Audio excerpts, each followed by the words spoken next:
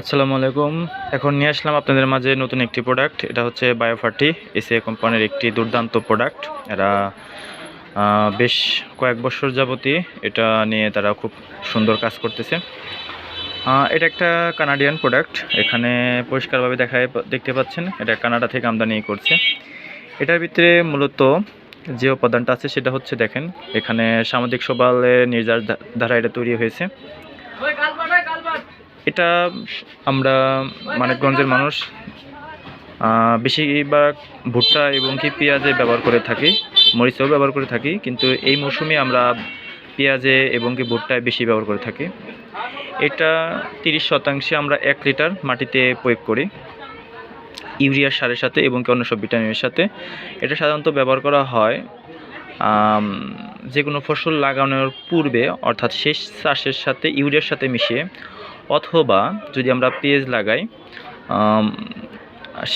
পেঁয়াজে সাধারণত আমরা 2টা থেকে 3টা সেচ দিয়ে থাকি। শেষের আগে আপনার ইউরিয়ার সাথে এটা মিশিয়ে দিতে পারেন। এটা দিলে বাদে গাছ একদম কালো থাকবে, গাছ মোটা তাজা হবে, ফলন অনেকটাই বৃদ্ধি পাবে। সবচেয়ে বড় বিষয় হচ্ছে এটা একটা জৈবিক উপায়ে তৈরি, এটা রাসায়নিক কোনো উপাদান নেই, এটা একটা হরমোনজনিত, যার কারণে দেখা যায় গাছের কোনো পার্শ্বপ্রতিক্রিয়া হয় না, মাটির কোনো পার্শ্বপ্রতিক্রিয়া হয় না, মাটির তার গুণাগুণ পিএইচের পরিমাণ ঠিক থাকে।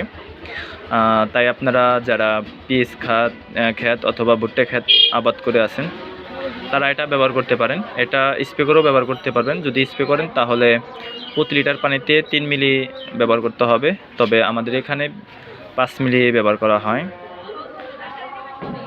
বেশি ব্যবহার করলেও সমস্যা নাই, তবে 5 মিলির উপরে না যাওয়াই বেটার। ওকে, ধন্যবাদ সকলকে।